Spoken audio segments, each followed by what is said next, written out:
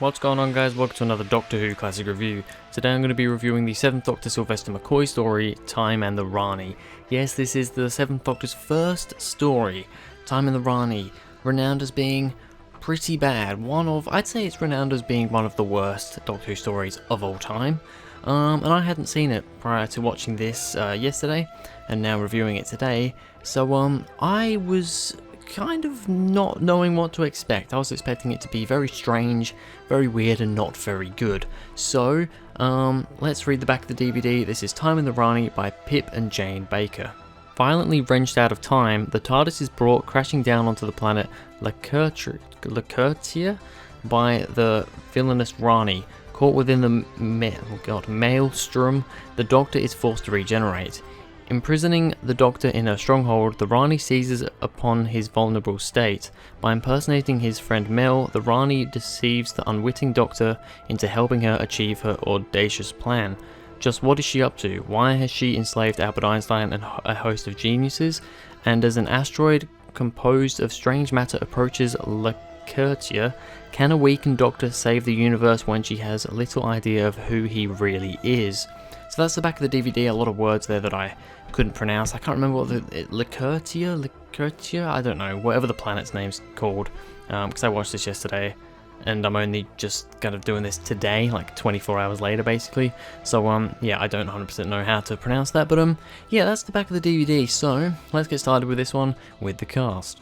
Sylvester McCoy as the 7th Doctor. So of course, this is Sylvester McCoy's first appearance as the Doctor. What do I think of him in this? I'm gonna be honest, I'm not the biggest fan. I'm not really liking his Doctor so far. Now, I don't think that's a particularly, uncommon thing to think. I know that he's very much known for season 24 on the whole, is known for being a little bit too silly, a little bit too kind of crazy out there, and the Doctor's way too silly in it as well. So, yeah, I'm not really surprised by that, by how he is in the story, but I didn't really, the whole post-regeneration thing I can kind of let off sometimes, because the Doctor is always a little bit wacky and a little bit more weird than usual when he has just regenerated. And I can kind of understand that, and it makes sense, and it just works for me. But there's just something about his character in this one that really doesn't work for me. He feels too stupid, way too silly. The whole story on the whole is a bit of a silly story, which I don't know if that's really the right thing to do for a first. Saying that, a lot of the first Doctor's stories are quite silly, or at least have silly elements to them, but I just don't know if it really works here. It just feels a little bit strange, and yeah, I'm not the biggest fan of the 7th Doctor in this episode. Bonnie Langford as Mel Bush. To be honest, she's, apart from the screaming, she's alright. She's not too bad. I haven't seen a lot of Mel. To be fair, she's probably like the least used companion in the classic, in the classic series, but I don't know, maybe in the whole show? I don't know, really. She was only in it for, 2 of Colin Baker's stories, and then only 4 of Sylvester McCoy's, so she's a very underused companion, but yeah, she's one of my least favourites, definitely. I don't like Mel really at all.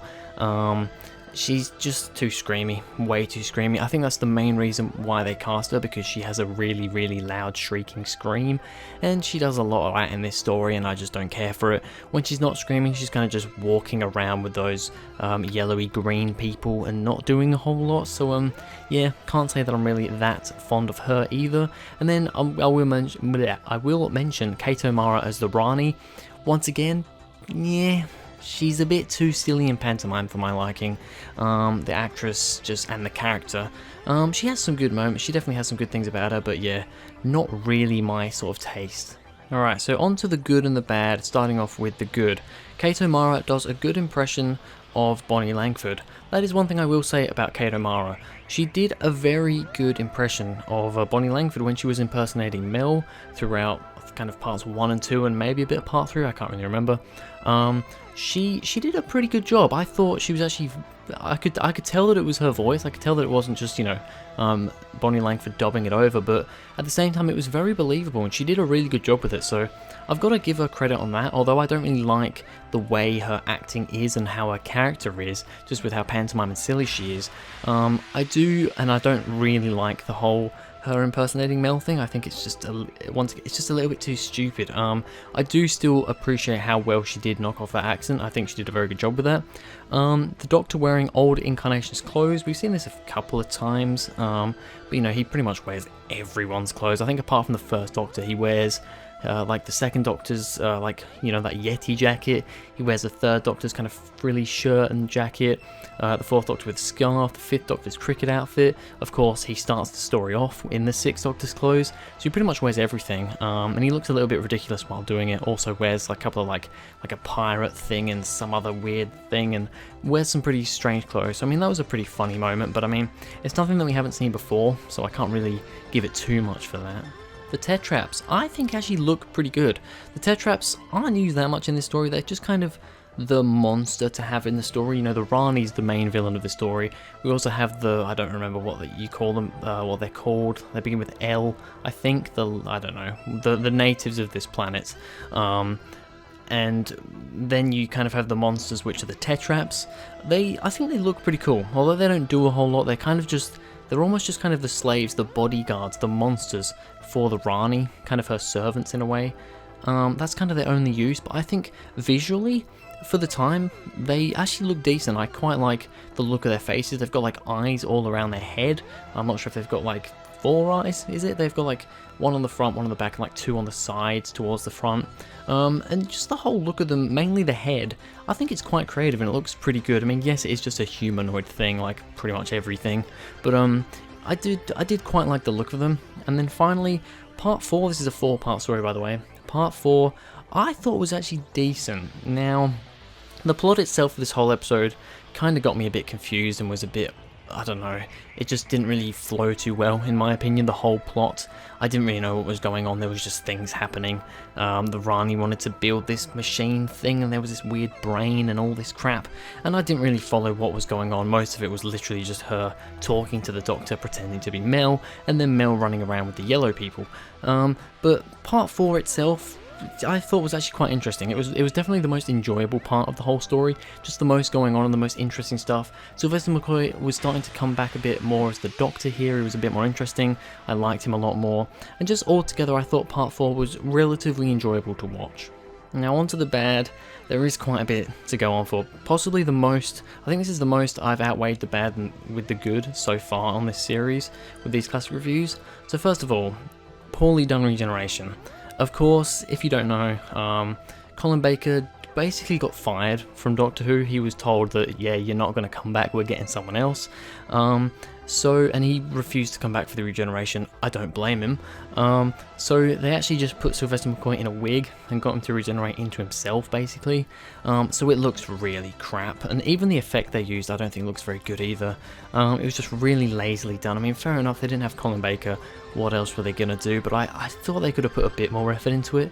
It was just so obviously him, I really don't think that was great. So the whole regeneration scene, I quite liked how it was like a pre-thing to the title sequence, but it was a bit kind of just random and not executed that well, I didn't think. The Rani pretending to be Mel is way too silly in pantomime. Yep, she does this for like half of the story, and it just kind of annoys me. Like I said, she does a good impersonation, but at the same time, her voice does get on my nerves a bit.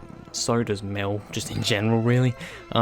Just kind of annoys me a bit, and it felt like the story wasn't really getting anywhere. It was just like she was trying to get the Doctor to do these things, but it just felt a bit like we're just dragging on here, trying to make things interesting, but just not really doing that. And then flashing between, what Mel's doing as well, just doesn't really work. Those terrible looking ball traps. What the hell were they? When I first saw them, I'm not gonna lie, I laughed. I did kind of laugh. Well, not like out loud, but I did laugh inside a little bit when that first greeny yellow person, the native of the planet, went over a tripwire and flew off in the ball and then smashed into the side of a cliff. I did have a little bit of a giggle. I'm not gonna lie, because it looked so stupid. The way she was like spinning around and like flinging her arms around everywhere inside that ball thing. Oh, it was, I'm actually laughing a bit just thinking about it. It was really silly. It was really silly and just a bit stupid. So that was kind of weird. Mel screaming. I mean, I have to mention it when Mel pops up and she has terrible screams. This is actually only the second story I've watched with Mel in it in the classic reviews. The only other one being Dragonfire, her final story. But yeah, Mel screaming. Don't like it. Her scream, it bursts my eardrums, so I don't like it. And I don't really like Mel either. And then finally, the Tetraps' voices and actions don't suit them. So like I said, I quite like the look of the Tetraps. I think they look quite interesting and unique. But their voices, as soon as they started speaking and just moving around, they just didn't feel right. It felt like, they kind of feel like the sort of monster that should either have this really kind of dark, you know, roaring voice, or they should just be, you know, like, they shouldn't be able to talk and they should just kind of growl and make like bear noises or something. The fact that they just talk in this almost slightly kind of robotic, synthesized-y sort of voice, it's kind of weird hard to explain, but the way they talk and the way their mouths just kind of move randomly, yeah, I liked the look of them, but when they started talking and moving, I wasn't really a fan. So, time in the Rani. What did I think? Yeah. I mean, I wasn't a fan. I wasn't a fan at all. I'm gonna give Time in the Rani a 2 out of 10. It's the lowest rating I've given a story so far. This is, I think, the 67th classic review I've done, and yeah, it's the lowest rating so far. It's my least favourite episode. To be honest, it is a bit more enjoyable than some other episodes I've watched, just to watch, but it's so flawed in just its design and its execution that it can't get anything better. In some ways, if I was just wanting to just watch an episode, I would watch this over some boring episodes.